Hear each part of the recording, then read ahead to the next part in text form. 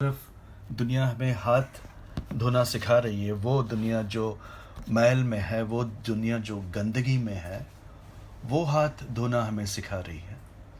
वहाँ दूसरी ओर परमेश्वर का वचन बहुत पहले से 2000 साल पहले से ही हमको ये बता रहा है कि ऐ पापियों, अपने हाथ धो लो, अपने हाथ धो लो। ये कईयों ने सुना नहीं, क्योंकि उनको सिर्फ जो दिखने वाले कीड़े हैं वो उनको हानिकारक समझते हैं। लेकिन जो जो जैसे मैंने समझाया आपको पिछली बार, जो पाप है, जो अंदर है, जो जो सड़न जो हमारे जीवन में है, वो हमें नजर नहीं आता तब तक, जब तक कि वो सड़न ऊपर से हमारे जीवन को नाश होते हुए दिखता नहीं है, तब तक हमारे नजर में नहीं आता। इसीलिए हाथ धोना ये हमने सीखा नहीं है। लेकिन हाथ हम पानी से नहीं धो सकते। परमेश्वर उसने उसके वचन को दिया है हमारे हृदय को धोने के लिए, अंदर की आंखों को धोने के लिए, अंदर के हाथों को धोने के लिए, ताकि हमारे कार्य जो हैं उसके जैसे पवित्र हो। ये प्रचार हमने इसलिए किया था क्योंकि मैंने आपको बताया था कि इन दिनों में हम एक सीरीज जो है, एक संख्या जो है, वो सिखाएंगे कि अलग अलग सिद्धांतों पर कुछ कई बार जब हम एतवार के दिन मिलते हैं, जो परमेश्वर के दिन पर जब मिलते हैं, तो हम यूहन्ना की किताब में या जो भी किताब में हम पढ़ रहे हैं उसी को देखते जाते हैं, और जो सिद्धांत उसमें से मिलते हैं हम सीखते हैं। लेकिन ज़रूरी ये भी है कि परमेश्वर के वचनों के सिद्धांत एक साथ बैठकर वो भी सीखें कि परमेश्वर अपने बारे में क्या बताता है, पाप के बारे में क्या बताता है, मनुष्य के बारे में क्या बताता है। जैसे कहते हैं the doctrine of man, the doctrine of sin, the doctrine of God. ऐसे बहुत सारे सिद्धांत हैं जो सारे वचनों से लेकर उनको कंपाइल किया गया है, इकट्ठा किया गया है, ताकि हम एक साथ उसको देखकर उसको पूरी तरह से समझ सके, ताकि वचनों के समझ में फिर कभी गलती ना हो। इसीलिए ये सिद्धांत दिए गए हैं। आज का जो हमारा सिद्धांत है, बल्कि इन दिनों का जो सिद्धांत होगा, that is the doctrine of repentance. अब रिपेंटेंस मतलब हिंदी में पछतावा बोलते हैं, लेकिन मुझे कुछ कारणवश ये जो शब्द है पछतावा, ये मुझे ठीक नहीं लगता, क्योंकि हमने इसको बहुत आम बना दिया। जैसे मान लो लोगों ने कुछ खरीद लिया और वो ठीक से नहीं चल रहा, तो हम कहते हैं उसको लेकर मैं पछता रही हूँ, उसको लेकर मैं पछता रहा हूँ, इसको पढ़ाकर मैं पछता रहा हूँ। ये पछतावा जो है बहुत आम हो गया। अब ये पछतावा वो पछतावा नहीं रहा जो वचनों में हमें बताया जाता है। लेकिन वचन में एक और शब्द का इस्तेमाल किया गया है, जो है मन फिराना, और ये सही अर्थ है पछतावा का। मन फिराना, द डॉक्ट्रिन ऑफ रिपेंटेंस, मतलब मन फिराने का सिद्धांत, मन फिरावे का सिद्धांत। अब मन फिराना भी वैसे देखा जाए तो बहुत हल्का लगता है ना। तुम अपना मन फिराओ या सोच बदलो मतलब हमें लगता है कि बस सोच बदलने की बात है और कुछ नहीं है, और वो धीरे धीरे बदल ही जाएगा। लेकिन आज हम देखेंगे कि किस तरह ये जो शब्द है, ये वचन में सबसे मुख्य, सबसे बहुमूल्य शब्द है रिपेंटेंस। इससे पहले मैं आपको बता दूं कि मैं ये जो सिद्धांत आपको सिखाने जा रहा हूं, वो एक किताब से ली गई है जिसका लेखक है थॉमस वॉटसन। इसका नाम शायद आपने कभी सुना नहीं होगा। ये प्यूरिटन्स के लेखकों में से अच्छे लेखक माने जाते हैं। लेकिन इनके बारे में आपको कुछ बताना चाहता हूँ, इससे पहले कि मैं उसकी बताई हुई बातें मैं आपको सिखाऊं।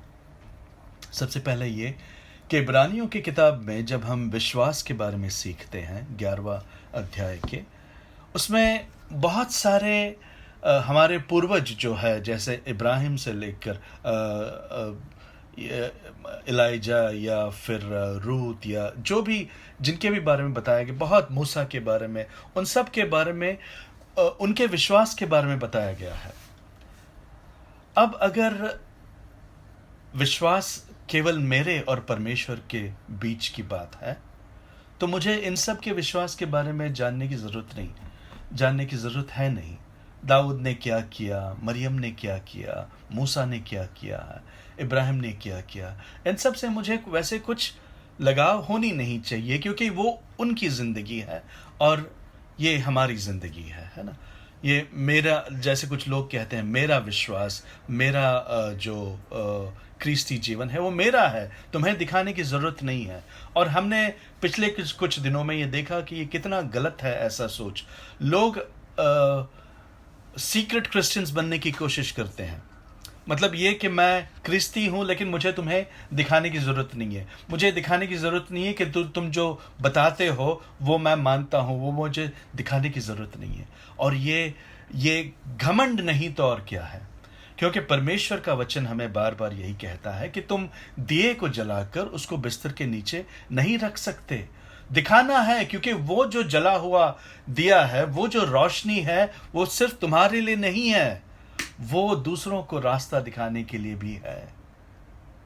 और ये सारे जो पूर्वज हैं, इब्राहिम से लेकर जो भी नाम बताया गया है, अंत में पूरे 11वां अध्याय में आपको इतने सारे नाम मिलेंगे और उनको उन पर की गई अत्याचार के बारे में बताया गया है, उन पर उनकी जो आशीषें हैं उसके बारे में बताया गया है। अगर ये यहाँ खत्म होता तो बात कुछ बड़ी नहीं होती, लेकिन यहाँ खत्म नहीं होता। 12वें अध्याय, इब्रानियों की किताब के 12वें अध्याय के पहले अध्याय में पहले वचन में वो वचन शुरू होता है द वर्ड देयरफॉर से, मतलब इसलिए मतलब किस लिए? इन सारी बातों के लिए जो तुम्हें पहले बताई गई है, इसलिए क्योंकि हमें इतने सारे क्लाउड ऑफ विटनेसेस जिसको बोलते हैं, एक बादल है जो गवाही के बादल है, जो हमारे ऊपर हैं, जो हमें चलाते हैं, उनको देखकर हमारा विश्वास बढ़ना चाहिए। कई बार जो है हम प्रचारक को सुनते नहीं हैं। कई बार जो है हम सोचते हैं कि हमारा जो वचन पढ़ना है वो काफ़ी है, परमेश्वर मुझसे बात करता है, परमेश्वर जो मुझे सिखाएगा वही ये सच है कि परमेश्वर ही आपको सिखाता है। लेकिन ये जो क्लाउड ऑफ विटनेसेस जो हमारे पहले गए हैं, ये जो गवाही के बादल जो हमारे ऊपर है, वो कुछ वजह से ऊपर है। उनका नाम किसी वजह से वचनों में बताया गया है। इन सब को देखकर हमें ये बता रहा है वचन कि तुम दिल मत हारो। इब्राहिम ने जिस जगह में उसे बुलाया गया था वो कभी देखा नहीं उसने, मूसा ने वो जगह नहीं देखी, लेकिन इन सारे लोगों ने विश्वास से वो जगह देखी, विश्वास किया। और यही विश्वास है जो हमें, आपको और मुझे चलाता है। यही वो विश्वास है जो परमेश्वर ने उनको दिया था, यही जो वो विश्वास है जो परमेश्वर हमें देता है आज। लेकिन जब इनके बारे में पढ़ते हैं तो ये हमें दिए गए हैं ताकि इनको एक मॉडल बनाकर, इनको एक उदाहरण बनाकर हम इनके पीछे चल सकें। इनके बारे में जानना बहुत ज़रूरी है, लेकिन वो वहाँ खत्म नहीं हुए। उसके बाद भी आज भी परमेश्वर हमें मॉडल्स दिए जा रहे हैं। और ये जो लेखक हैं, ये जो प्योरिटन्स हैं, ये वो लोग हैं जो रोमन कैथोलिक्स, मतलब जब कलीसिया शुरू हुई थी वहाँ से निकल कर बाहर आए, क्योंकि इन्होंने सच जान लिया था। वो उस झूठ में फिर रहना नहीं चाहते। और ये बात सच है दोस्तों कि एक बार झूठ जानने के बाद, एक बार ये जानने के बाद कि जहाँ पर आप जा रहे हैं वो झूठ है, जहाँ पर आप जा रहे हैं वहाँ परमेश्वर की आराधना नहीं होती है, बल्कि इंसानों की आराधना नहीं होती। आप अगर सच्चे विश्वासी हैं, आप वो हैं जिसने सच को जाना है, जिसने सच को पहचाना है, जिसका जीवन जो है उजाले में है, परमेश्वर के उजाले में है, तब आप वहाँ नहीं टिक पाएंगे। वहाँ उस जगह में जहाँ परमेश्वर के वचनों को रोन दिया जाता है पैरों तले, वहाँ आप टिक नहीं पाएंगे, वहाँ आपको घुटन होगा। ये वो लोग हैं जो निकले। आज आपको निकलने में कोई तकलीफ नहीं है, आप समझे? आज आपको बाहर किसी कलीसिया, ये नहीं तो वो कलीसिया, ये पास्टर मुझे पसंद नहीं तो वो पास्टर, ये निकलना बहुत आसान है। निकलना जो है कलीसिया से बहुत आसान है, लेकिन किस वजह से निकल रहे हैं? क्या आप इसलिए निकल रहे हैं क्योंकि आपके ऊपर अत्याचार हो रहा है? क्या आपका सही मायने से मतलब जो जो इज्जत होनी चाहिए आपकी, वो नहीं दिया जा रहा है? या आपकी बदनामी हो रही है? या आप पर जुल्म किए जा रहे हैं, इसलिए निकल रहे हैं आप? तो कोई कारण नहीं हुआ निकलने का। लेकिन अगर आप इसलिए निकलते हैं क्योंकि परमेश्वर का वचन वहाँ पर पढ़ाया नहीं जाता, या ठीक से सिखाया नहीं जाता, या उसकी इज्जत की नहीं जाती, मेरे पिता के वचनों का मतलब रौंद देते हैं, तब मुझसे बर्दाश्त नहीं होता। और वो निकलना सही निकलना है। ठीक है, ये वो लोग हैं। आपका और हमारा निकलना एकदम आसान है, लेकिन ये लोग जब निकले थे, इनके ऊपर मौत का लेबल लगाया गया था। मतलब ये अगर मिलते तो रोमी सरकार को पूरा अधिकार था कि इनको मार दिया जाए। और ये अभी की बात, मतलब इब्रानियों की किताब में भी आपने वही पढ़ा होगा कि वो लोग चीर दिए गए थे। क्यों? उनके विश्वास के लिए, उनके विश्वास के लिए। आज पता नहीं जमाना बदल क्यों गया है। आज हमें ऐसा क्यों लगता है कि अब हमें उससे गुजरना नहीं है, अब हमें वैसे तकलीफों से गुजरना नहीं है, हम बच निकले। हम किसी, मतलब ये तो अच्छा हुआ हम उस दौर में पैदा नहीं हुए, वरना हमें भी ऐसे तड़पाते। नहीं, कुछ बदला नहीं है, युग अभी बदला नहीं है। युग साल बदलते हैं, लेकिन जो अत्याचार है वो बदला नहीं है, उसका रूप शायद बदला होगा। और आप पर अगर वाकई में अगर आप क्रिस्ती हैं, तो आप देखेंगे वो अत्याचार को, उस ऑपोजिशन को आप महसूस करेंगे। लेकिन अगर आप नहीं कर रहे हैं, तो हो सकता है आप उसी बहाव में हैं जो दूसरी कलीसिया हैं, उसी बहाव में आप हैं।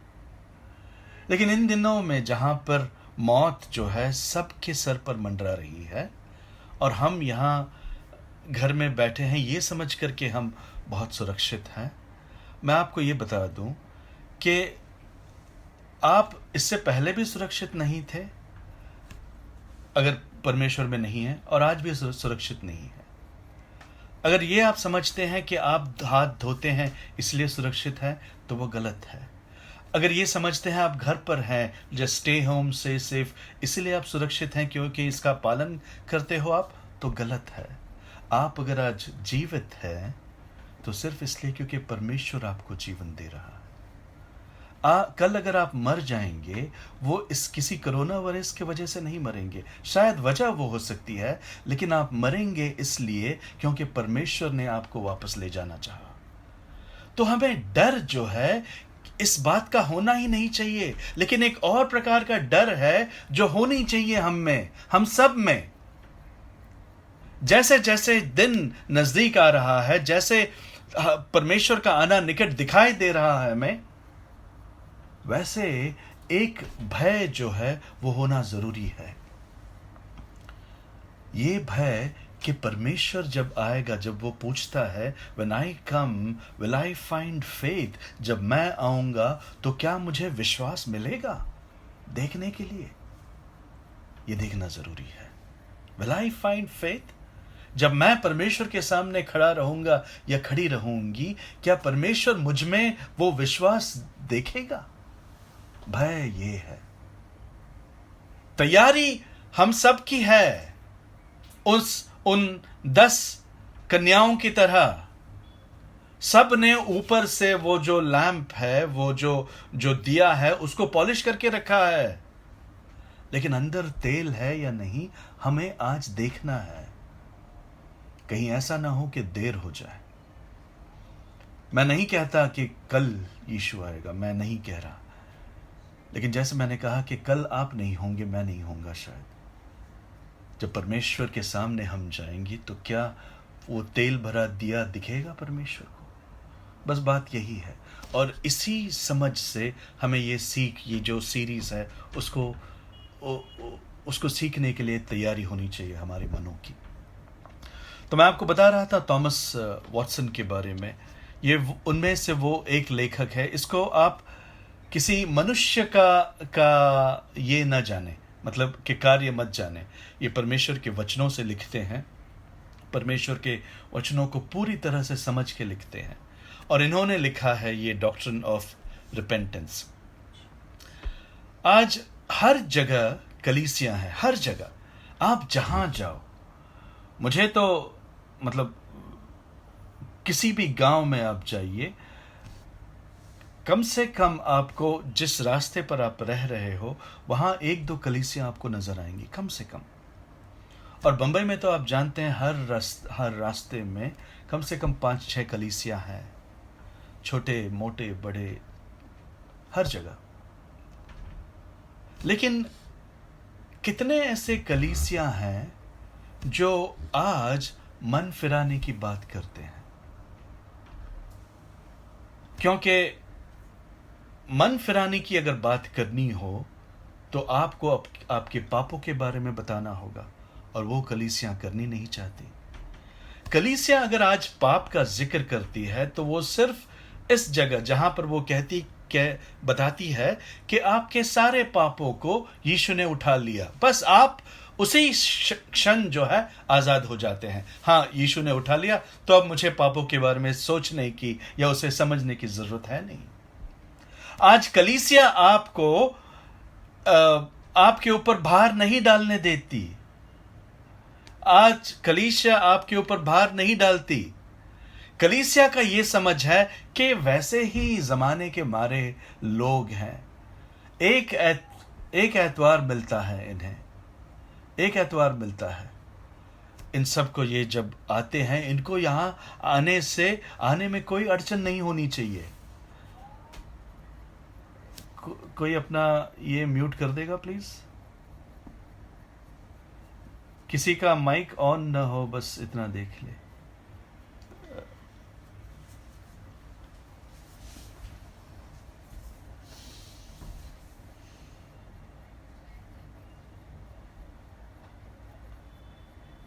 आप अपना माइक को म्यूट कर देंगे प्लीज? हाँ। कलीसिया जो है आज आशीषों के बारे में बताता है, क्योंकि ये जो दबे हुए लोग हैं, दुनिया के बोझ के दबे लोग हैं, इनको अब पाप के बारे में सुनाकर और क्यों दबाएं हम? इनको पाप के बारे में नहीं सुनाना, नहीं बताना है। इनको हम कलीसियाओं को आज हम मसाज पार्लर्स बनाएंगे। ये आएंगे, इनको सहलाएंगे हम हल्के हाथ से, और इनको अच्छा महसूस होने देंगे और यहाँ से जाएंगे। आज कलीसियों का ये काम, मतलब आज ये अस्पताल बन गए हैं। कलीसियों का काम अस्पताल का नहीं है प्लीज। दुनिया के बोझ के मारे हो तो दुनिया के बोझ के लिए अस्पताल है। कई ऐसे ऑर्गेनाइजेशंस है जो जहां आप जा सकते हो आपके आराम के लिए। लेकिन ये वो जगह है जहां पर केवल परमेश्वर का वचन का प्रचार होगा, वचन का प्रचार। और देखा गया है कि ये न बताने की वजह से, पाप के बारे में न बताने की वजह से, पश्चाताप या मन फिराने के बारे में न बताने की वजह से कलीसियों का स्टैंडर्ड जो है वो कम कम होते। आज हम सत्य से कितना दूर है वो मुड़कर देखें तब भी वो नहीं दिखेगा। इतने दूर आ चुके हैं हम, इतने दूर आ चुके हैं हम। लेकिन इस जगह ये जो है, ये मेरे ख्याल से 10 हफ्ते चलेगी ये जो सीरीज है। इन 10 हफ्तों में मैं आपसे सिर्फ मन फिराने की बात करूंगा। इन 10 हफ्तों में मैं आपको बताऊंगा कि मन फिराने का सही मतलब क्या है। इन 10 हफ्तों में मैं आपको बताऊंगा कि एक झूठा मन फिराना भी होता है, वो क्या है। इन 10 हफ्तों में मैं आपको बताऊंगा कि सच्चा मन फिराना क्या होता है। मन फिराते कैसे हैं ये बताएंगे। मन फिराने के बाद होता क्या है ये इसकी बातें करेंगे। उसके आशीष क्या है उसके बारे में बातें करेंगे। ये सारी बातें जब हम इकट्ठा सारे वचनों को देखेंगे तब हम एक सिद्धांत जो है हमारे मन में वो एस्टैब्लिश हो जाएगा, मतलब बिल्कुल सिद्ध हो जाएगा कि इसके अलावा और कोई बात नहीं है रिपेंटेंस की या मन फिराने की। इसको मैं पूरी तरह समझ गई हूँ, या मैं ये पूरी तरह समझ गया हूँ। माफ़ कीजिए, मैं बार बार समझ गई हूँ इसलिए बोलता हूँ क्योंकि हमारी कलीसिया में औरतें ज़्यादा है, तो main please do not be offended. तो ये जो बातें हैं हम सीखेंगे, और इसलिए मैं चाहता हूँ कि कुछ बातें चाहे आपको रेपिटेटिव लगे। इन दिनों में हमारा एक ग्रुप है जो फैमिली का है, जहाँ पर हम हाइडलबर्ग कैटेकिज्म सीख रहे हैं। वहाँ पर भी परमेश्वर हमें इन्हीं वचनों से चला रहा है, पता नहीं क्यों, लेकिन ये परमेश्वर की योजना है, मैं समझता हूँ। मैं कुछ सोच कर या मैं इन बातों पर नहीं पहुँचा हूँ, लेकिन परमेश्वर से प्रार्थना जब करते हैं तो परमेश्वर चलाता है, ये मेरा विश्वास है, और ये आपका भी विश्वास होना चाहिए, क्योंकि हम परमेश्वर के वचनों में देखेंगे और कहीं बाहर से ये ज्ञान हमको नहीं मिलना है, नहीं प्राप्त करना है। इसलिए परमेश्वर का वचन कभी झूठा नहीं हो सकता, कभी हमें बहका नहीं सकता, या कभी हमें गलत रास्ता नहीं दिखा सकता। इसलिए जो भी हमें बताया जा रहा है, नम्र होकर सच्चे मन से हम परमेश्वर के वचनों को सुनेंगे, ये मेरी विनती आपसे है। इस ख्रीस्ती जीवन जीने के लिए दो चीज़ें which the author writes as acts of grace, मतलब करुणा की दो बातें हैं जिस पर ख्रीस्ती जीवन चलता है। ध्यान से सुनिए आपको, मतलब करुणा से मिली हुई चीज़ें, मतलब ये आपके अंदर से नहीं आती, आप इसको डेवलप नहीं कर सकते, आप इसको मतलब सीख नहीं सकते, ये आपको दी जाती है, परमेश्वर का दिया हुआ ये गिफ्ट है, ये तोहफा है, ठीक है। इनमें से दो चीज़ें वो है जिसके ऊपर एक ख्रीस्ती सारा जीवन चलता है, और वो है विश्वास और मन फिराना या पछतावा जिसको बोलते हैं। एक है विश्वास और दूसरा है मन फिराना। इन दोनों पंखों पर एक ख्रीस्ती हमेशा उड़ता रहता है, और उड़ उड़ कर वो स्वर्ग पहुंचता है। ये एक दृश्य है वैसे। लेकिन मान लीजिए, फर्ज कीजिए कि आप कहते हैं कि मुझे विश्वास है, और आपके जीवन में पछतावा या मन फिराने के जो फ्रूट्स हैं वो कभी नजर नहीं आते, ठीक है। तो आप कैसे उड़ेंगे? ये देख, मतलब उड़ तो नहीं पाएंगे आप समझेंगे कि आप ख्रीस्ती है, लेकिन आप वो वहां पहुंच भी नहीं सकती जहां आपको पहुंचना है। खैर, लेकिन ये समझना कि ये दोनों बातें कितनी जरूरी है, इसके लिए मैंने आपको ये दृश्य दिया है। अब ये लोग कुछ लोगों का मतलब बहस करते हैं कि पहले क्या आता है, विश्वास आता है या मन फिराना या पछतावा आता है। इसको समझने के लिए आपको अपनी परिस्थिति समझना बहुत ज़रूरी है। जैसे हमने कल भी बताया ये कि आप पाप में मरे हुए एक इंसान हैं, पाप में मरे हुए एक पाप में मरा हुआ इंसान, वो अपना मन क्या है वो तक नहीं जानता, मन फिराना तो दूर की बात है। लेकिन होता क्या है कि जब परमेश्वर की नज़र आप पे पड़ती है तो वो आपको विश्वास देता है, आपकी आंखें खोलता है। कैसे देता है? वचन से। इसलिए वचन मतलब कैसे विश्वास मिलता है आपको? वचनों से, ठीक है। वचन से आपकी मन की आंखें खुल जाती है, वचन से आपको विश्वास मिलता है। विश्वास जो है वो बी है जो अंदर बोया जाता है, वो तुरंत दिखेगा नहीं, लेकिन उस विश्वास के बी से आपके जीवन में मन फिराने के जो फ्रूट्स हैं, जो फल है, वो नजर आएंगे। आप कहेंगे विश्वास है लेकिन फल नहीं है, तो ये विश्वास करना मुश्किल होगा कि आप में विश्वास है भी या नहीं। ये हो ही नहीं सकता। बल्कि मैं तो कहूँगा कि अगर मन फिराने के फल आपके जीवन में नहीं दिख रहे हैं तो विश्वास होने का दावा आप नहीं कर सकते, ठीक है। कई लोग आज विश्वास होने का दावा करते हैं। आप कुछ भी उनसे पूछो, विश्वास है? हाँ है। क्या है? कि यीशु आया, मेरे पापों के लिए मरा, मेरे लिए फिर जी उठा, और वो स्वर्ग में मेरे लिए जो भी तैयार कर रहा है, और मैं उसके साथ एक दिन रहूँगा। ये रटी हुई बातें वो कुछ लोग विश्वास मानते हैं। ये इस विश्वास से ये सारी बातें सच हैं, लेकिन विश्वास एक अलग चीज है। विश्वास आपको सिर्फ सुनकर ये जो मतलब बातें आपने सुनी, आपको सिखाई गई है, उससे नहीं आता। विश्वास भी पवित्र आत्मा का कार्य है। आप अपने मन से विश्वास डेवलप नहीं कर सकते। मतलब आप नहीं कह सकते कि मुझे विश्वास डेवलप करना है तो मैं करूंगा, ये मेरा कार्य है, मैं करूंगा। ये आप नहीं कह सकते, क्योंकि आप, जैसे मैंने कहा, आप मरे हुए हो, आप अपने पापों में मरे हुए हो।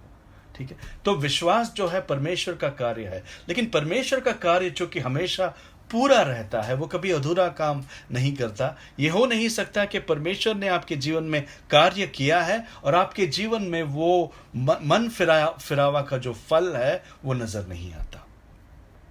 ये दो चीजें जो है एक ख्रीस्ती जीवन में हमेशा नजर आती है। ऑगस्टीन जो एक संत रह चुके हैं पहले, जैसे हमने कहा हमारे पूर्वज हैं, उनका ये कहना है कि रिपेंटेंस हैज डैम्ड मेनी, मतलब पछतावा जो है उसने कईयों को बर्बाद किया है। अब आप कहेंगे कि पछतावा बर्बाद कैसे कर सकता है? वो उस पछतावा की बात करता है जो गलत है, जो गलत समझ से आती है, जिसके मन में विश्वास नहीं है, जिसने पवित्र आत्मा को अभी तक पाया नहीं है, जिसके मन में जिसके जीवन में पवित्र आत्मा के कार्य नजर नहीं आते, उसके बारे में ऑगस्टिन कहता है कि वैसा रिपेंटेंस जो है आपको बर्बाद करेगी।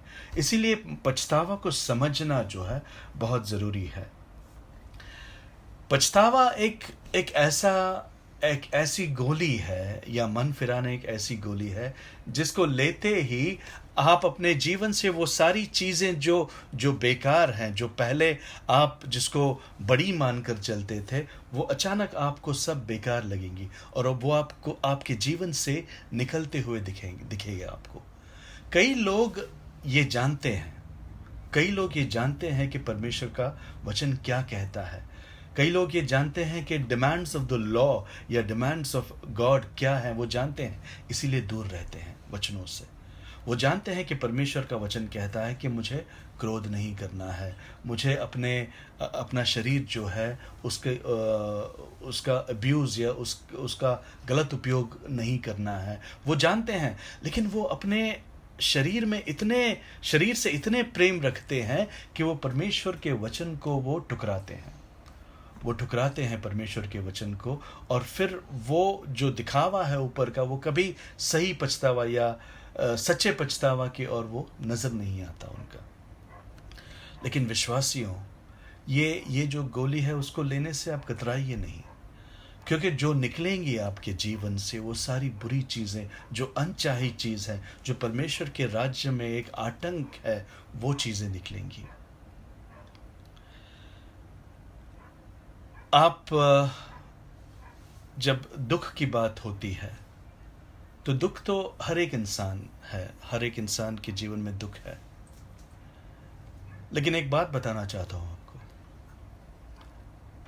कौन सी ऐसी बात है जो आपको बहुत ज्यादा दुख पहुंचाती है? कौन सी ऐसी बात है आपके जीवन में जिसके लिए आप फूट फूट कर रोए हैं? कौन सी ऐसी बात है जिसके लिए आज तक आप पछताते हैं या दुखी हैं? आप शायद एक गलत रिश्ते की बात करेंगे, आप शायद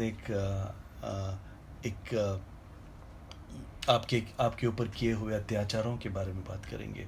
उसे सोच सोच कर आप रोएंगे, उसे सोच सोच कर आप आंसू बहाएंगे, और उसको सोचते ही शायद आपके दिल में बहुत दुख होता होगा। आज भी वही दुख उभरता होगा। लेकिन अगर इसके लिए बहाई गई आंसू आपके पाप के लिए बहाई गई आंसू से ज्यादा है, तो आपका पछतावा सही नहीं है, आपका मन फिराना जो है वो सही नहीं है। आप आज भी जो शरीर के दुख हैं उसको दूर करने के लिए शायद परमेश्वर के पास आए। आज भी जो है आपके जीवन के अंदर वो रोशनी नहीं आई जो अंदर तक आपको आपके अंधकार के बारे में बता सकता है। प्रियो, आज भी कई लोग हैं जो दुखी हैं और वो शरीर से ही दुखी हैं। वो समझते हैं कि मैं एक क्रिस्ती हूं, इसीलिए मुझे इस दुख से गुजरना है। मैं क्रिस्ती हूं, इसीलिए मुझे वो दुख कभी एक सच्चे क्रिस्ती को वो दुख नहीं पहुंचाता जितना दुख उसको उसके पाप पहुंचाते हैं। पीटर जो था, पितरुस जो था, वो अपने आप को यीशु का चेला मानता था। यीशु जहां गया वो वहां जा रहा था। यीशु जहां जो उससे करने को कहता था वो करता था। लेकिन यीशु के बारे में उसका जो दृश्य था वो अलग था। यीशु के बारे में वो यही सोचता था कि आ गया, हमारा राजा आ गया, वो राजा जो हमें एक राज्य दिलाएगा, वो राजा जो हमें इन शारीरिक कष्टों से दूर करेगा, वो राजा आ गया और मैं उस राजा के सेना में हूं। ये सोच सोच कर पितरुस बहुत खुश होता था। अपने आप में एक घमंड भी था उसको। इसीलिए जब यीशु उससे कहने लगा कि मुझे अब जाना है, मेरा समय निकट आया है, पितरुस ने उससे कहा कि ऐसा कभी नहीं हो सकता मास्टर, प्रभु ऐसा कभी नहीं हो सकता, ऐसा मैं होने नहीं दूंगा। तब यीशु ने उससे कहा, दूर हट शैतान, गेट बिहाइंड मी शैतान, मतलब सेटन, दूर हटो शैतान। शैतान जो है परमेश्वर की जो योजना है उसके बीच में आ रहा था।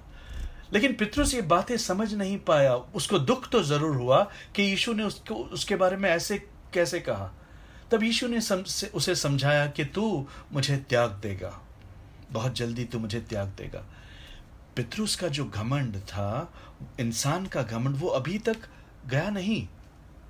वो फिर भी कह रहा है कि ऐसा नहीं होगा प्रभु, चाहे ये सारे जितने भी 11 जो हैं बाकी, वो तुम्हें छोड़ देंगे, लेकिन मैं तुम्हें नहीं छोड़ूंगा।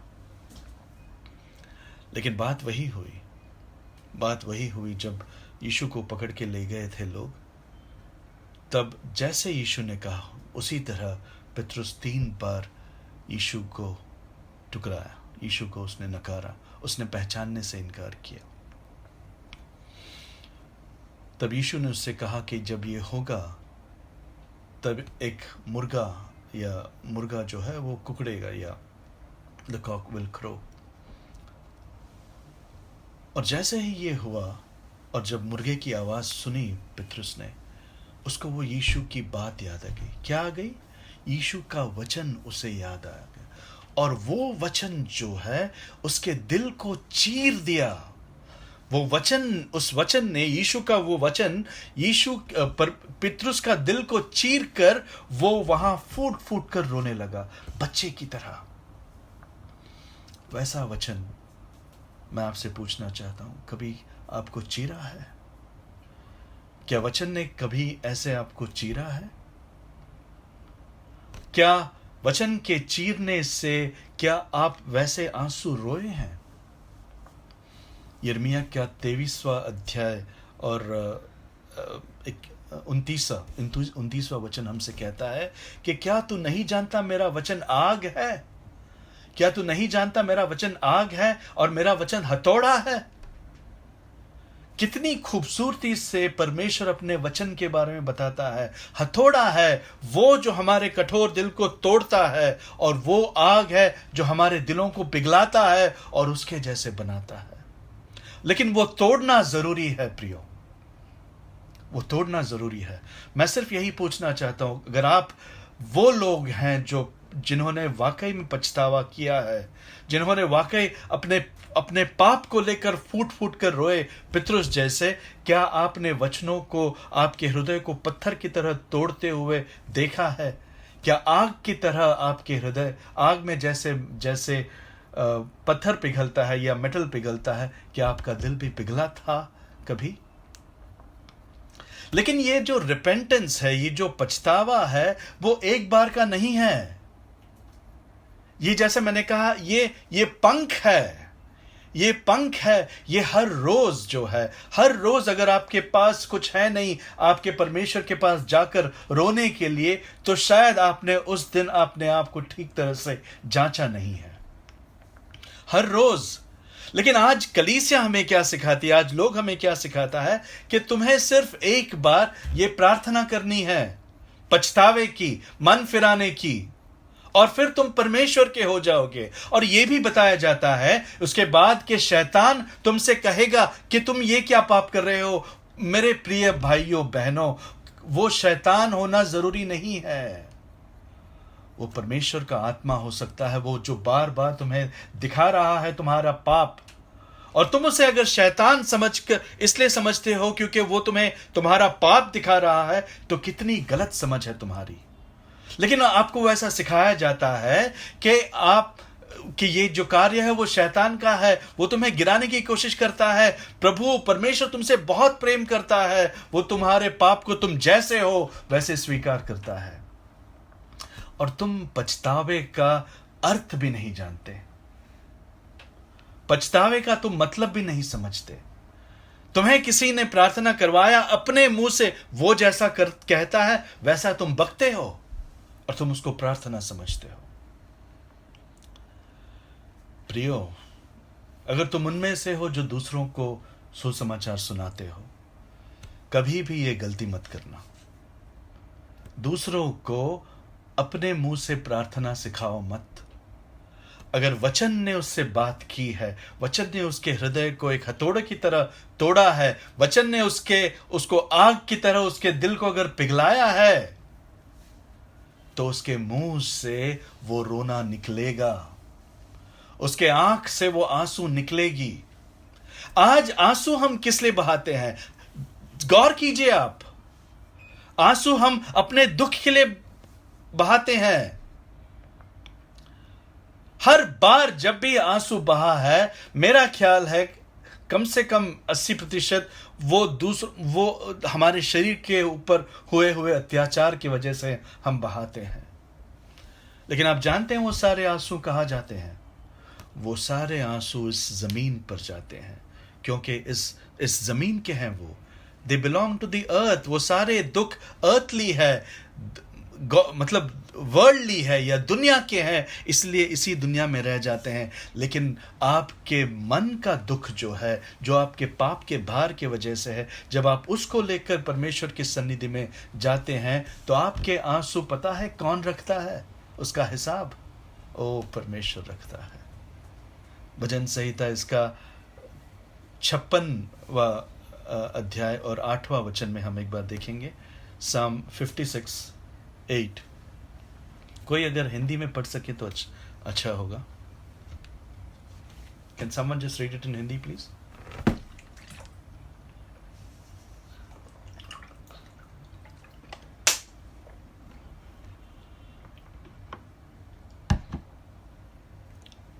Can someone read the verse 56? Psalm 56 verse 8 in Hindi. Rose, are you pulling it up?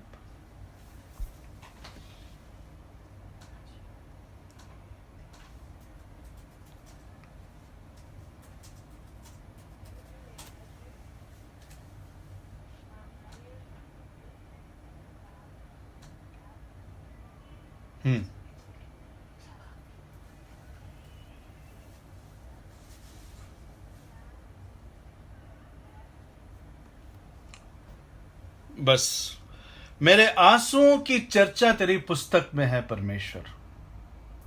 कितना महान है हमारा परमेश्वर। हमारे आंसुओं का हिसाब उसके पुस्तक में है, हमारे आंसू उसके कुप्पी में है।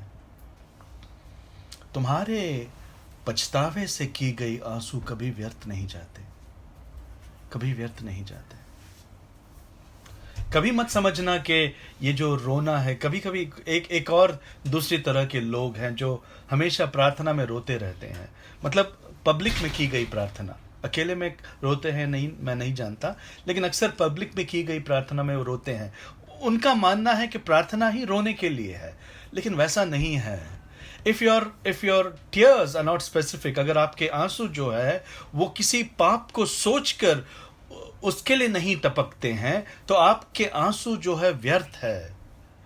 जब कोई पाप आपके मन में आपको याद दिलाया जाता है आपके पाप के बारे में, और उस वजह से जब आंसू टपकती है तो वो आंसू जो है उसको मतलब वैल्यूबल या मूल्यवान माना जाता है। लेकिन आपके आंसू जो है वो मूल्यवान है। कभी ये मत समझना कि ये बहने से जो है वो बहुत ज़्यादा एक्स्ट्रा दिखावा हो रहा ना। आप अकेले में जब परमेश्वर के सामने जाते हैं, I am not teaching you to cry, मैं आपको रोना नहीं सिखा रहा हूँ, मैं आपको अंदर देखना सिखा रहा हूँ, आपको मन की आंखों में देखना, मन की आंखों के द्वारा देखना सिखा रहा हूँ। बिलॉवेड, एक भी दिन ऐसा नहीं होना चाहिए जहां आपने किसी चीज के लिए पछतावा नहीं किया हो, एक भी दिन नहीं। क्योंकि हो ही नहीं सकता कि आप जो है एक दिन बिना पाप के गुजारे हो, ऐसा नहीं हो सकता, नामुमकिन है। वचन हमें बताता है कि हम गिरने को है बार बार। ये परमेश्वर है जो हमें उठाता है। कैसे उठाता है?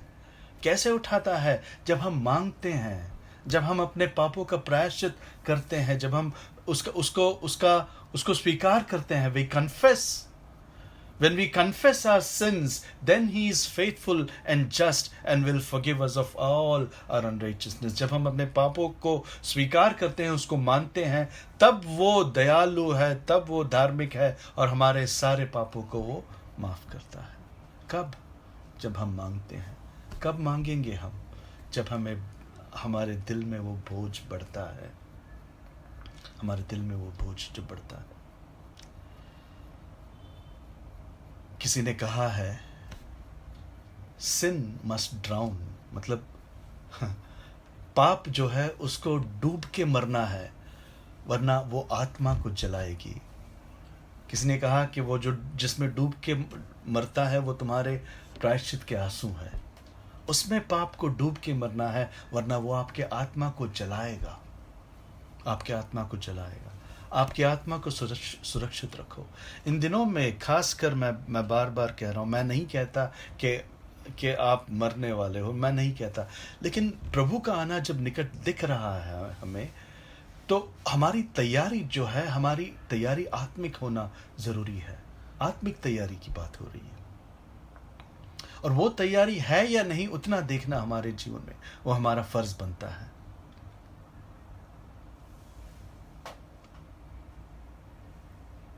थोड़ा सा समय है, I just take one more point कि पौलुस जो है उसको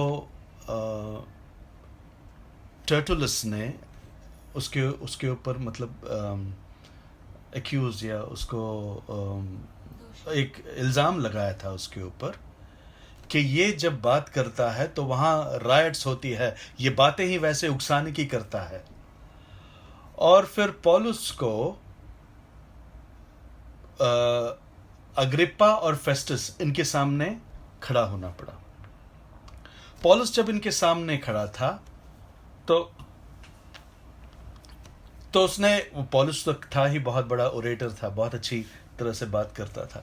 तो उसने कहा, उसने अपनी सारी जो है जो बातें हैं, जो ज्ञान है, उसका इस्तेमाल किया और अग्रिप्पा से बात करने लगा। इतना तक कि अग्रिप्पा पूछने लगा, क्या तुम इतने छोटे से समय में मुझे एक क्रिस्ती बनाना चाहते हो?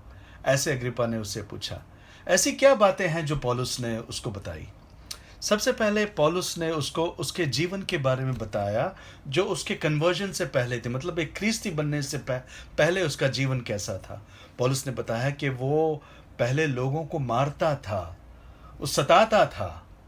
पहले लोगों को वो जो अपने आप को क्रिस्ती बताते थे, उनको पकड़ पकड़ कर मारता था, उनको जेलों में डाल दिया जाता था ताकि वो मारे जाएं। ये पौलुस का जीवन था पहले, और वो जीवन वो गर्व से जीता था, इसलिए ये समझकर कि मैं जो करता हूं सही करता हूं क्योंकि मुझे परमेश्वर की समझ पूरी है। ये पहली बात बताई उसने। उसका जीवन कन्वर्जन से पहले कैसे था। उसके बाद उसने बताया कि कैसे उसका कन्वर्जन हुआ, मतलब उसका जो आत्म परिवर्तन हुआ या मन फिरना जो हुआ वो कैसे हुआ। उसने बताया कि वो दमस्कस जा रहा था और रास्ते में एक ऐसी रोशनी देखी उसने जो सूरज से भी ज्यादा तेज था, और वो देखकर पौलुस गिर गया। गिरकर उसने वो आवाज सुनी कि सौल सौल, क्यों तुम मुझे परेशान करते हो, क्यों तुम मुझे सताते हो। सौल जो है डर गया था और उसने कहा, कौन है ये प्रभु, कौन है प्रभु, कौन हो तुम प्रभु। ये जानते हैं अब किसकी आवाज थी? ये वो परमेश्वर की आवाज थी। सताया किसको जा रहा था? उसके शरीर को, मतलब कलीसिया को। और दुख किसको हुआ? शरीर के उस मुख्य को, मतलब उसके सिर को। वो सिर, उस सिर की आवाज, उस यीशु की आवाज पौलुस तक पहुंची कि तुम क्यों मुझे सताते हो। पौलुस ने पूछा कि कौन हो तुम परमेश्वर। उसने कहा, मैं वो हूं जिसे तुम सताते हो, मैं वो हूं, मैं यीशु हूं जिसे तुम सताते हो। उसी क्षण जो है पौलुस अपने आप से जुदा हो गया, अपने आप के लिए वो मर गया। उसी समय जो है उसका मन पूरी तरह से फिर गया। आंखें उसकी बंद रही 3 दिन तक, लेकिन उसकी मन की आंखें खुल गई, उसकी मन की आंखें खुल गई। उसके बाद उसने अग्रिपा को एक और बात बताई कि इस मन फिरने के बाद उसका जीवन कैसा था। इस मन फिरने के बाद वो सारी बातें जो वो पहले करता था उससे वो नफरत करने लगा। वो जिनको वो पकड़ के मारता था पहले, उनको अब प्रचार करने लगा। वो जिनको पहले वो उकसाता था उनको मारने के लिए, संतों को मारने के लिए, उनको जाकर वो प्रचार करता था एक जीवन के लिए। पहले वो मृत्यु के लिए करता था, अब वो जीवन देने की बात कर रहा है। और अब जानते हो सबसे पहली बात उसने क्या की? क्या क्या प्रचार कर रहा था वो? That they should repent and turn to God and do works fit for repentance. कि वो अपना मन फिराए। उसका प्रचार एक ही था कि वो अपना मन फिराए, वो अपना मन फिराए और परमेश्वर की ओर देखे, और जो मन फिराने के जो कार्य है वो उनके जीवन में नजर आए।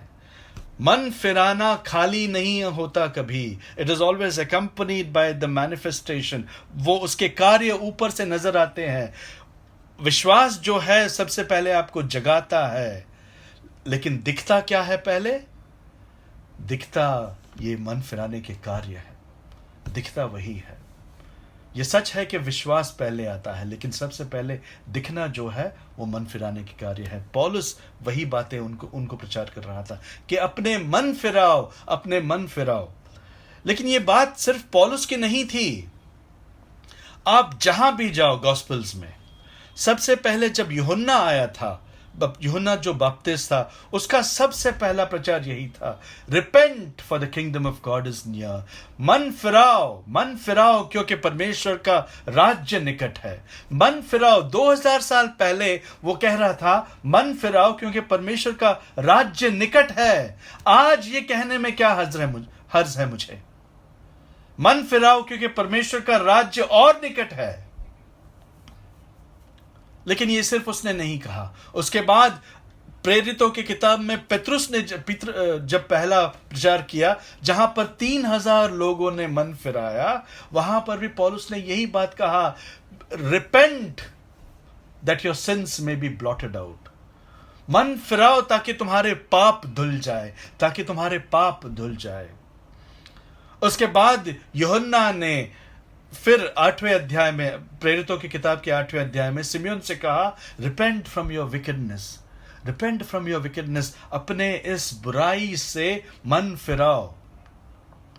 एक ही प्रचार है, एक ही मैसेज है बिलावड, एक ही मैसेज है, और बस वही मैसेज को दबाया जा रहा है कलीसियों में। लेकिन ये तो तुम कहोगे ये प्रचारक है ना, इनका क्या काम है? यही बोलेंगे कि मन फिराओ, मन फिराओ। मत्ती इसका 4 अध्याय 17 वचन, मैथ्यू 4:17, मैथ्यू 4:17।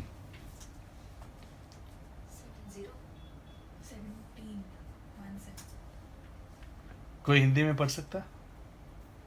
मत्ती इसका चौथा, ये बहुत जरूरी है इसलिए मैं आपसे पढ़ने को कह रहा हूं, या फिर मैं हिंदी इंग्लिश में पढ़ूंगा और हिंदी में आपको समझाऊंगा। Matthew 4:17, from that time Jesus began to preach.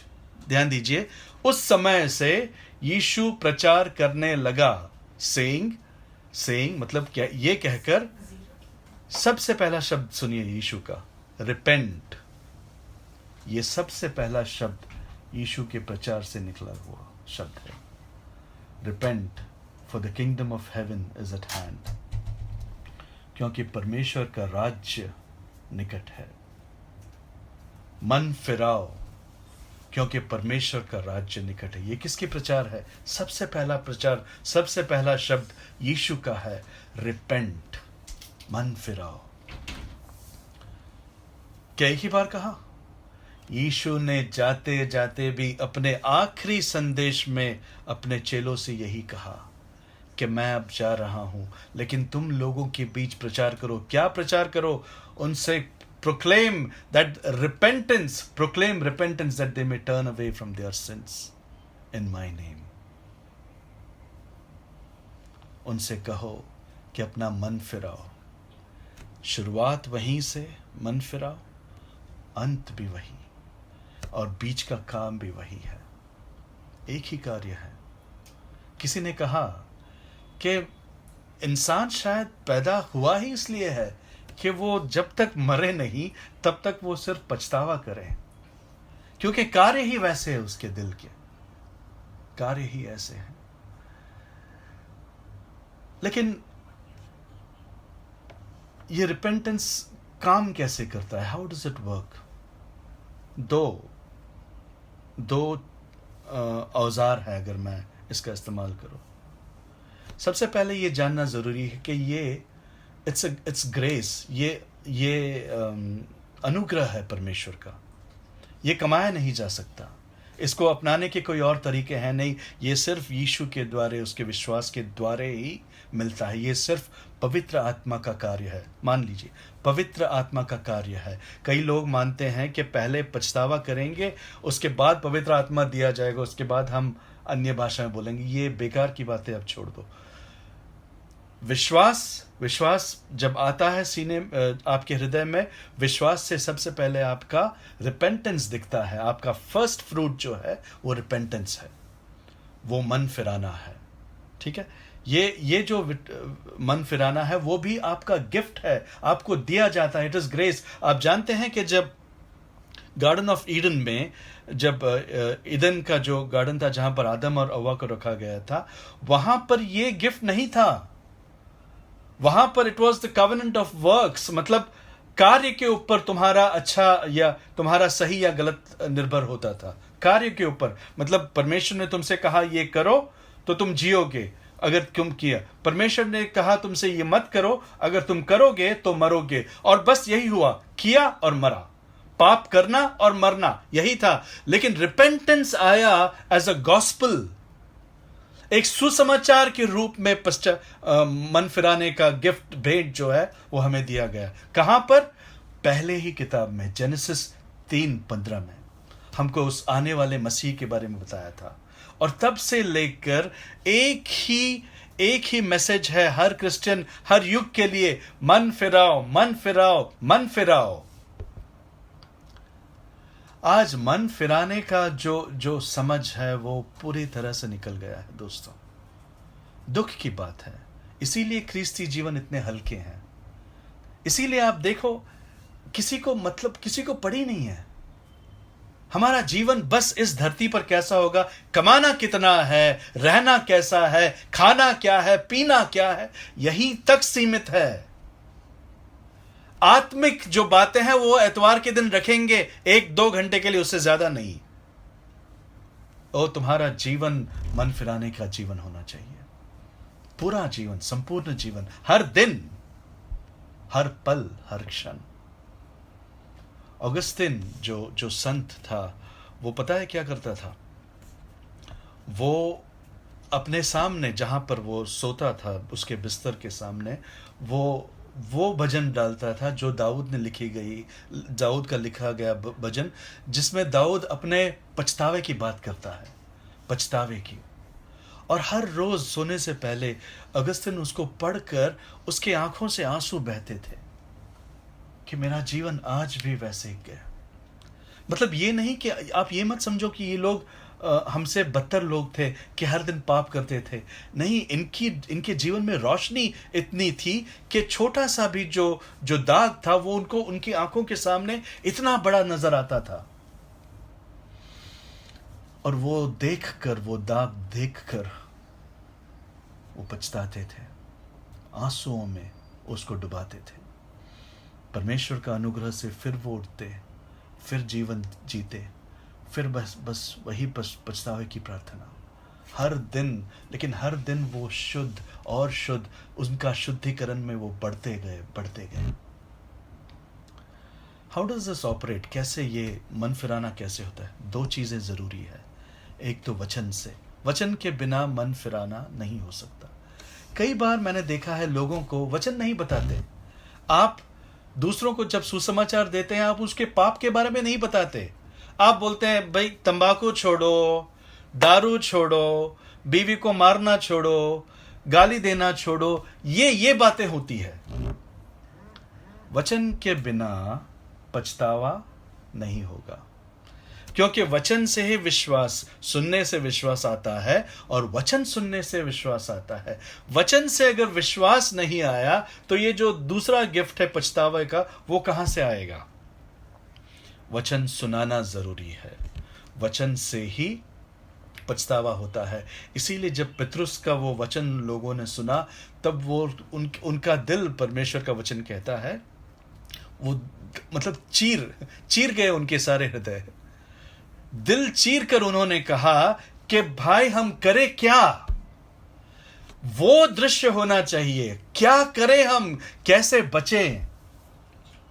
और तब सुसमाचार दिया जाता है कि एक ही रास्ता है यीशु का, जिसने वो सारे बोझ जो है खुद उठाया, खुद खून बहाया, खुद मौत का सामना किया और फिर जी उठकर हमें एक नई आशा दी। ये सुसमाचार है प्रियो। सुसमाचार अच्छे खबर से नहीं होती, कभी नहीं, हो ही नहीं सकती। वो अच्छा हो ही नहीं सकता। वो एक मामूली सा खबर होगा कि कोई मर गया और फिर जी उठा। वो तुम्हारे लिए अच्छा कैसे हो गया? वो तुम्हारे लिए अच्छा इसलिए है क्योंकि तुम बुरी खबर जानते हो कि अगर वो नहीं मरता तो मैं तो मरा ही था और मैं अनंत काल के लिए मरा हुआ होता। इसलिए वचन के बिना रिपेंटेंस नहीं हो सकता। लेकिन केवल वचन सुनने से ही पश्चाताप होता है, वैसा भी नहीं है। वचन के साथ आत्मा का कार्य जरूरी है। The Holy Spirit has to work. वचन में जीवन है, अगर होली स्पिरिट उसमें नहीं है, अगर परमेश्वर का वचन उसमें नहीं है, परमेश्वर की आत्मा उसमें नहीं है, देन वो सिर्फ एक डेड लेटर बन जाता है। डेड लेटर पौलुस खुद लिखता है, मरा हुआ एक किताब है वो, अगर उसमें पवित्र आत्मा नहीं है, अगर उसमें पवित्र आत्मा काम नहीं करेगा। जब तक पवित्र आत्मा काम नहीं करता, तब तक वो वचन में जीवन नहीं आता। उस वचन में वो वचन जब पवित्र आत्मा साथ में काम करता है, तब वो विश्वास, वो रिपेंटेंस, वो मन फिराना, वो दोनों दिखाई देता है, तभी वो कार्य करता है। इसीलिए जब वो उस हिजड़े के पीछे पवित्र आत्मा ने फिलिप को भेजा था, फिलिप से कहा जाओ और तुम उसके चैरिट, उसका जो घोड़ा गाड़ी है, उसके साथ तुम जुड़ जाओ। जब तक पवित्र आत्मा वचन के साथ जुड़ता नहीं है, तब तक वो कार्य नहीं करता। और वो जुड़ता किसके लिए है? वो जुड़ता सिर्फ उसके लिए है जिनको परमेश्वर ने अपने राज्य के लिए चुना है। पछतावा वही करेंगे। इसलिए आखिर में एक वचन मैं आपको दिखाना चाहता हूं। पहला यूहन्ना, इसका 2 अध्याय और 20वां वचन। पहला यूहन्ना 2 अध्याय 20वां वचन।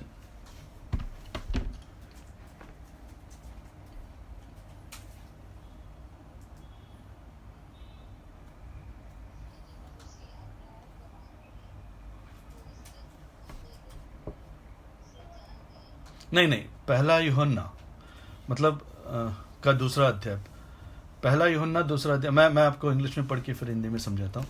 But you have been anointed by the Holy One. लेकिन तुम जो है, हिंदी में, एक मिनट है, let me see if I can get this.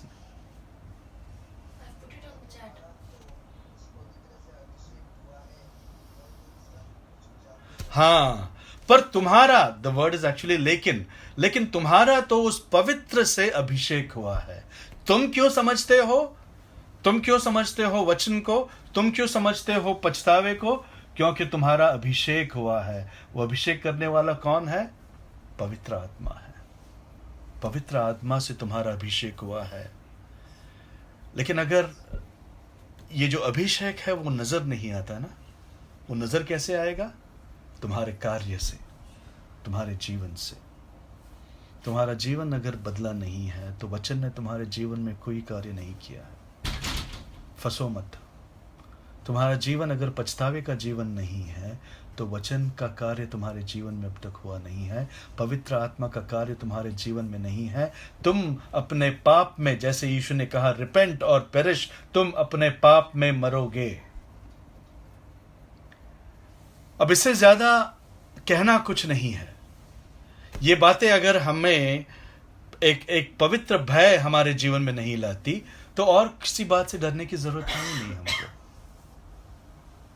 क्योंकि ये बात तय है कि विश्वास उनको दिया जाता है जो उनके हैं।